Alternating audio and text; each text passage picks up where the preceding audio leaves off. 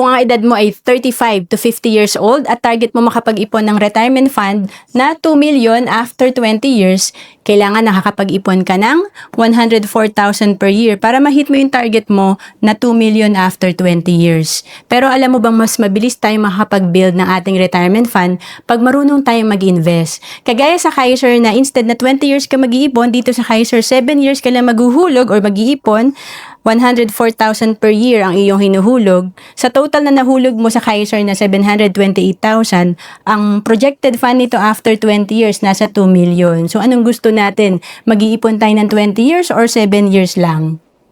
Ang Kaiser, ang sinimulan ko ring savings program noong 2012 kasi dito tatlo na yung meron ka. Tinatawag na level 1 investing, meron ka ditong healthcare, life insurance at investment. Ito ay 7 years to pay lang and 20 years ang maturity.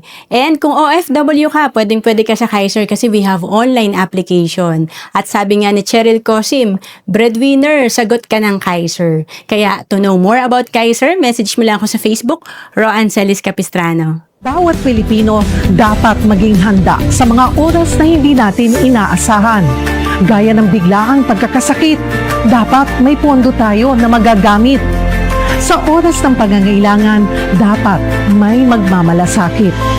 At sa pagtanda, walang pangamba, dapat may mag-aalaga.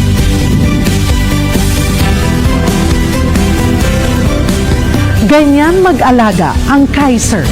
Yan ang dapat. Ako po si Cheryl Cosim.